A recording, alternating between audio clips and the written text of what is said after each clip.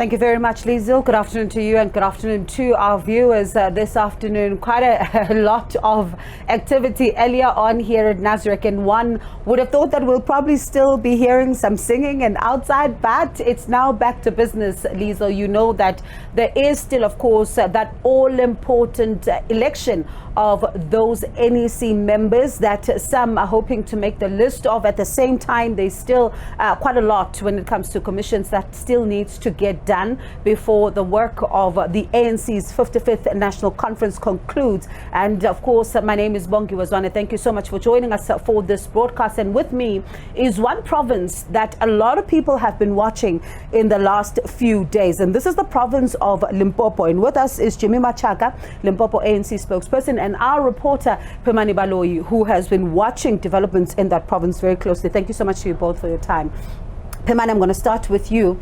I guess it was a lot of, it was a surprise for a lot of us what we saw happening with Limpopo in the past couple of days, and some of the videos that were emerging from underneath the trees. What happened there? Indeed, Bongi, where there were very interesting videos. I think let me go back a little bit, tell the Limpopo story. Limpopo was actually, Mr. Stanley Matawata was actually the first person to pronounce support for President Ramaphosa during the January 8th statement. And people were reprimanding him to say, time for pronouncements have not come yet.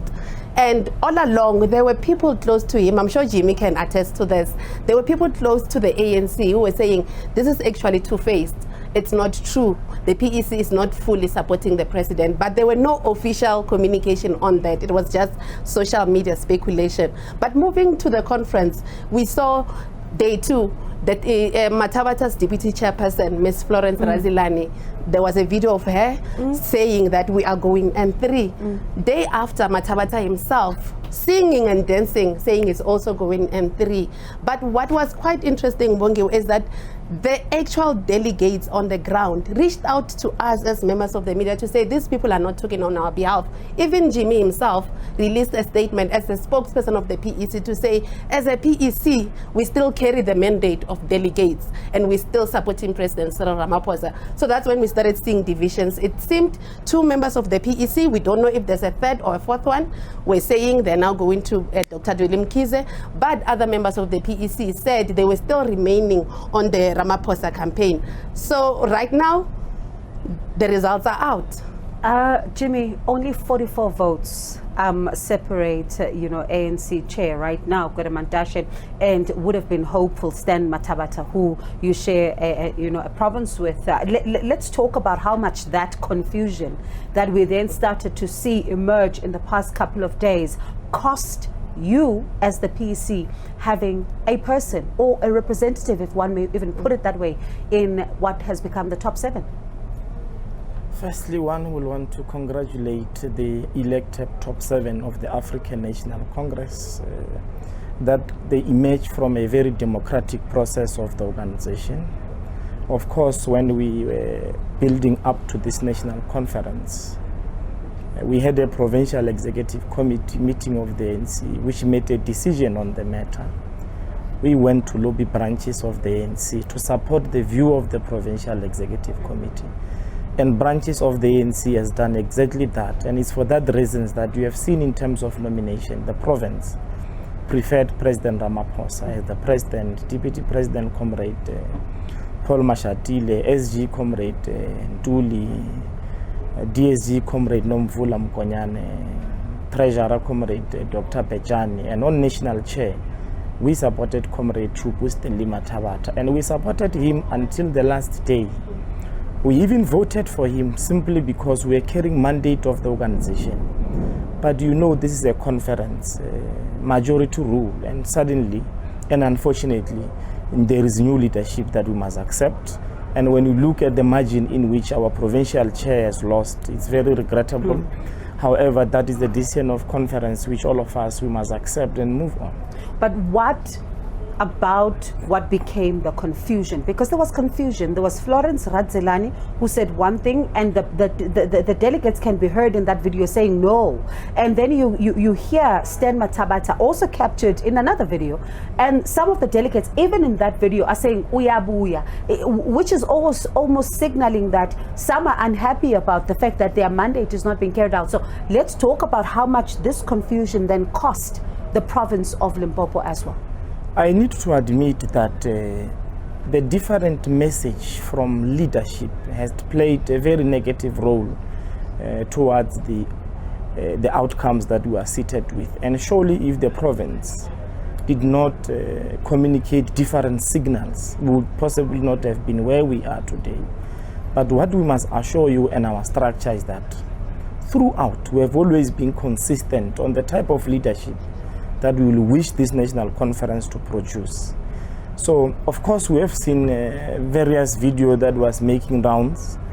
And we've also seen that through various media platforms. All that I can say in that particular regard is that ourselves as a provincial executive committee, at no stage, we have changed our stance. Our stance remained as per the PEC decision and as well as the outcomes of our branch general meeting.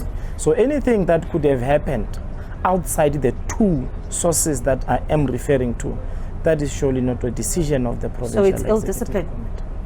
I wouldn't say it's ill-discipline, but what I can confirm is that is not a decision of branch general meetings of Limpopo, as well as a decision. It's not a decision of the provincial executive committee. Phemani, and I'm going to come back to you, Jim, in just a moment, because there's a question that is lingering in my mind. Phemani, when they're not speaking in one voice and you're getting calls from delegates saying, please rescue us, that is a signal of something deeper that is going on within that ANC. Of course, Bongiwe, and you know, this division actually started when we came out of that national policy conference, when the PEC started, forming an alliance with KZN, saying we don't want step aside, even though whatever the national policy conference said, we do not want step aside. And some of the reasons that we've been getting off the record, we do know the deputy chairperson, Ms. Florence Radzelani. She was cited in the great VBS report that she might have benefited from a Christmas gift, even though she has not been charged or anything. But there was a clear indication that this leadership does not agree with step aside, does not agree with the consequences. And people were saying, at the end of the day, we will see them showing their true face. And we saw that yesterday, the premier standing up and saying is going N3. Have we located Mr. Stan Mathabatha? Mr. Mathabatha was fortunate enough to be close to the stage during the announcement of the results, and prior to that announcement we saw members, that his supporters, carrying him up the stage. Remember, Bongiwe, before that announcement there was a lot of numbers showing around, and I think his supporters believed he had gotten Hold on a second. We were still talking about some of the issues that led up to today and some of what we're seeing, and as we wrap up this conversation, Jimmy, are there going to be disciplinary processes that follow now?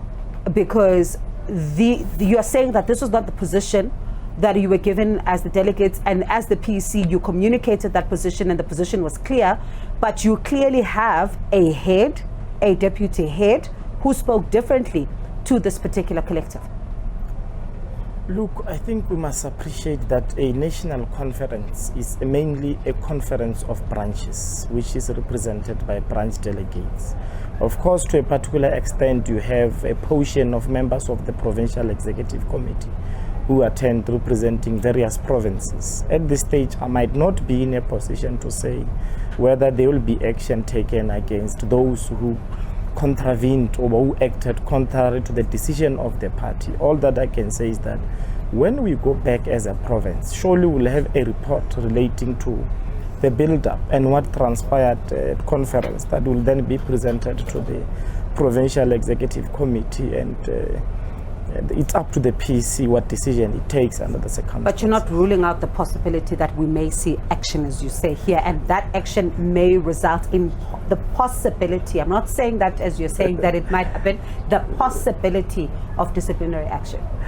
Look, I am afraid I may not be in a good position to enter into that space. All that I can say is that a report relating to conference. But it does complicate matters when you go back into a PC meeting, when you decide, when you discover that you're not speaking in one voice. It does complicate matters, does it not? Of course, as a structure, you need to communicate one message to the public, to your structures, and as leaders. Once you have a point where leaders are communicating different messages, it becomes a problem. But we must then just appreciate that despite all these different messages, delegates remain resolute that, look, when we go to that conference, we are going to defend outcomes of our own general meeting. And they've done exactly that. Phemani is chuckling. Bongiwe, that's exactly the most important question. And when delegates reached out to us, their exact wording were, these people cannot lead us. So we'll take over and lead ourselves. So now what happens to these leaders who defied clear guidelines, that a mandate that were given, like clearly came into the conference? But also, you know, the other thing, Mathabata is the premier of Limpopo, and his deputy was just appointed MEC of Community Safety. And so there's a lot of nitty-gritties. It might lead to a collapse of the province. We are keeping an eye. When I spoke to analysts earlier, they were saying it's not possible that there will be no consequences, but the consequence might lead to just bungling everything in the province. So we'll just keep monitoring. And very briefly, just to that point that Phemani talks about, the branches say you can't, the delegates say you can't lead us because they are the ones that give you the mandate to be in the PC. No PC member puts themselves there. So that signals trouble as you are heading back to Limpopo soon. Look, let's correct one thing from Phemani. It's not correct that when we go back to the province will collapse. The province will remain intact. We're at a national conference. Once we are done with national conference, leadership will be fully elected, and it will be our responsibility, all of us, to rally behind the elected leadership. Of course, it's correct that structures or leaders are leading on mandate of branches. And it will be very incorrect to suggest that we are no longer. We will continue to lead the ANC in Limpopo up until our term of office has elapsed. Or up until the branches decide otherwise. Of course, because it is the same branches that have given us the responsibility to lead. We will lead, but as a matter of fact, as part of leadership, along the way, there will always be mishaps, but that doesn't suggest that we are incorrect leaders. I wonder, Jimmy, how much of a mishap this is going to be for branches to possibly give you a different mandate. But let's leave it there with you and Phemani. Hopefully you'll be able to tell us what's happening when you get back home and how that meeting, as you say, where you get the report back, is going to go now.